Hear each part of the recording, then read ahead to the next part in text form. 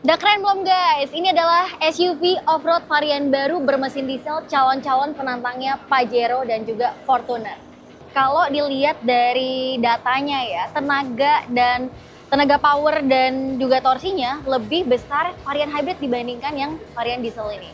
Gimana rasanya? Yuk kita rasain langsung. Hari ini kita lagi cobain salah satu mobil yang baru meluncur juga ya. Sebenarnya udah ada versi hybridnya dan versi bensinnya. Nah, kali ini kita nyobain yang versi Diesel. gitu. Aneh ya, biasanya kan malah sekarang dibikin off-road listrik, apa-apa listrik. Dia udah ngeluarin yang versi hybridnya, malah baru ngeluarin yang dieselnya belakangan. Dieselnya belakangan, soalnya GWM bilang strateginya tuh kayak multi pathway gitu. Jadi bensin ada, hybrid ada, dan sekarang dia pilih diesel dulu nih, gitu. Listrik juga ada ya, GWM Ora. Ada, tapi emang ini ya, orang tuh masih ada yang seneng juga off-roadan pakai mobil diesel. Iya, Rin, kan diesel tuh banyak permintaan di luar Jawa ya. Di Kalimantan, Sumatera kan orang lebih pilih diesel. Iya ya, banyak juga. Dan ini emang ke arah-arahnya Jeep Wrangler banget sih. Tapi ini sebenarnya alternatif buat konsumen Pajero Sport dan Fortuner. Bener, dan dia emang ada varian 4x2-nya juga, Iya. 4x4-nya juga ada. Aku sebutin tenaganya dulu ya. Jadi ini menggunakan mesin 2400 cc, 4 silinder. Tenaganya itu 180 horsepower dan torsinya sih 480 Nm. Sekelas tuh sama Pajero dan Fortuner ya. Iya, makanya. Enggak, tapi kalau Fortuner kan sekarang 28 ya mesinnya. 28 yang baru ini. Khas SUV ya bandingannya. Kerasanya gimana nih? Kalau posisi duduk udah pasti commanding banget kan? Iya nih, posisi duduknya tuh ternyata menurut gue pribadi lebih tinggi dibandingkan Fortuner sama Pajero Sport ya. Pasti. Karena dia udah bannya gede, terus emang mobilnya tinggi gitu loh. Ground clearance-nya sih gue yakin tinggi juga nih. Makanya. Terus kalau di bagian depan, approach angle, departure angle, udah pasti tinggi-tinggi banget. Ini udah kayak mumpuni banget ya buat off-road. Tapi kalau kap mesin gitu kelihatan nggak dari sini? Kelihatan? Kelihatan ya? Kelihatan. Dan rasanya emang di atas mobil ini tuh kayak nyetir Wrangler ya, mungkin Jeep Wrangler gitu. Spionnya juga. Spionnya kotak gitu. Spionnya kotak. Terus bodinya kerasa ada di atas roda gitu. Terus setirnya surprisingly kayak lebih ringan ternyata dibandingkan Fortuner ya, dibanding Pajero Sport juga. Iya, karena kita udah ngerasain dua-duanya, Pajero udah ngerasain, Fortuner juga emang agak berat rasanya ya. Tapi ini di jalan yang lurus saja. Apa namanya, test drive terbatas ya areanya, bukan di tol atau di jalan umum. Sebenarnya enak sih, jadi orang-orang tuh punya banyak opsi. Kalau misalkan mau dipakai di daerah perkotaan, mostly 4x2 tuh cukup banget. Tapi nggak ketinggalan, masih dapat feeling off-roadnya lah, ya kan? Nah, kalau mau yang off-road banget, misalkan kalian emang kerjanya di Kalimantan gitu-gitu, 4x4, mantap. Dan diesel kan relatif lebih gampang ya kalau di luar daerah ya. Benar. Listrik kan SPKLU agak susah tuh. Iya. Masih susah. Tapi belum terjangkau semua. Iya, kalau diesel tuh ya udah jadi standar lah di luar kota. So, dia pakai transmisi otomatis 9 percepatan. Sejauh ini gimana impresinya? Wah, 9 percepatan tuh artinya rasio gigi sebenarnya rapat-rapat ya. Mungkin dia mau mengutamain efisiensi ya. Benar. Jadi lagi cruising di tol mungkin bisa RPM rendah, biar hemat BBM. Dan lebih fleksibel aja tuh kalau dipakai di berbagai medan jalan dengan 9 speed. Kalau di area terbatas kayak gini sih nggak begitu kerasa ya efeknya ya. So far tenaga mesin responsif aja, nggak ada masalah. Perpindahannya halus, terus nggak terlalu menghentak kayak gimana juga enggak sih. Aman-aman aja transmisinya buat di area pengetesan. Ini kita coba radius putar nih. Radius putar. Dapet nggak terlalu jauh sih Wih, dibanding yang mobil kemarin tuh yang gede.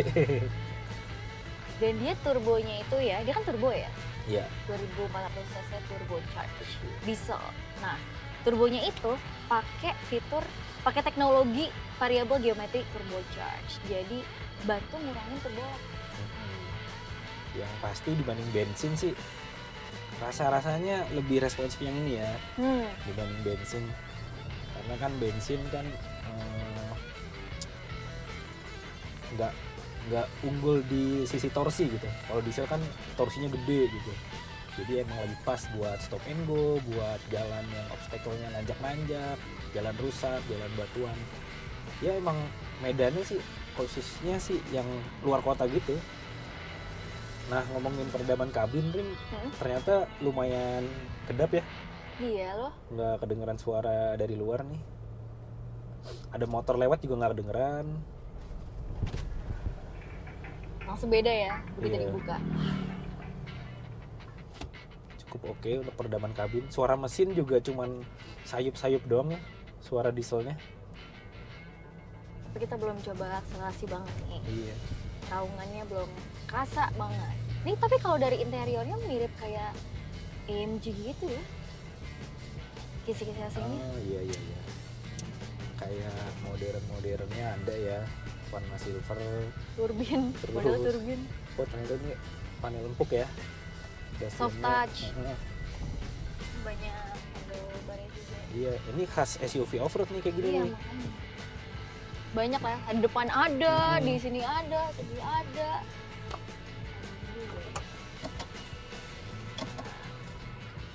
Kita akan merasakan tes akselerasi. Sedikit aja, nggak bisa Nyobain terlalu aja. cepet juga.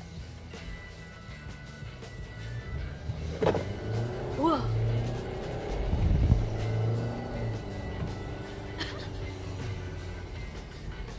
agak hentak dikit ya. Berantak dikit, cuman ya nggak terlalu gimana-gimana sih. Mungkin bobotnya berat juga ya mobilnya ya. Kayak di GeForce dia tadi di awal. Iya. Tapi kalau Fortuner sama Pajero Sport tuh keunggulannya menurut gue dia mobil gede, tapi di beberapa sisi tuh masih kerasa mobil kotanya gitu. Bener, kalau ini bener-bener Iya, ini secara look aja udah SUV banget. SUV off-road ya. terus Dalamnya juga. iya dalamnya ngerasa gede banget mobilnya. Tapi mungkin beberapa orang pede sih naik mobil ini.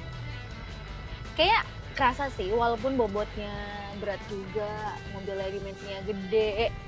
Cuman kayaknya ngeliat Mas Dio nyetir nggak ada rasa takut bawa mobil ini gitu loh, nggak Kayaknya- kerasa gede. Kayaknya banyak yang bakal arogan nih naik mobil ini. nih. Mungkin. Dan dia juga bisa ini loh, towing. Oh, Jadi sampai kapasitasnya yang dianjurkan sampai 3 ton. Tapi bisa lebih dari itu. Karena kan oh iya Orang benar. punya SUV off-road kayak gini pastinya sering off-roadan bareng-bareng nih ya kan. Adalah selap-selipan dikit mungkin bestinya dibantu pakai ini bisa. Iya, gue inget pas lagi acara peluncuran tuh hari pertama Gias. Hah? Emang video presentasinya tuh dia ngebawa ini RV, Oh, bawa RV jadi bisa buat kemah gitu. pasti sih orang pakai mobil ini. Kita Diajak cobain aja ajak gitu. akselerasi Akselerasi ini. lagi. Boleh.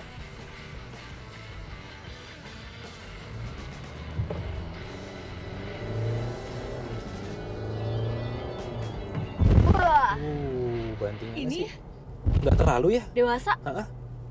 Bantingannya nggak bikin perut kekocok. Oh ya, karena dia ini 4x4 udah dilengkapi juga sama fitur D-Vlog ya. Di garda depan dan belakang loh. Jadi nggak cuma satu doang nih, nggak Iya, cuma iya. belakang doang. Emang udah cocok banget deh pokoknya ya. Iya, udah Buat lengkap off-road. fitur-fiturnya. Tinggal ganti ban AT ya. MT.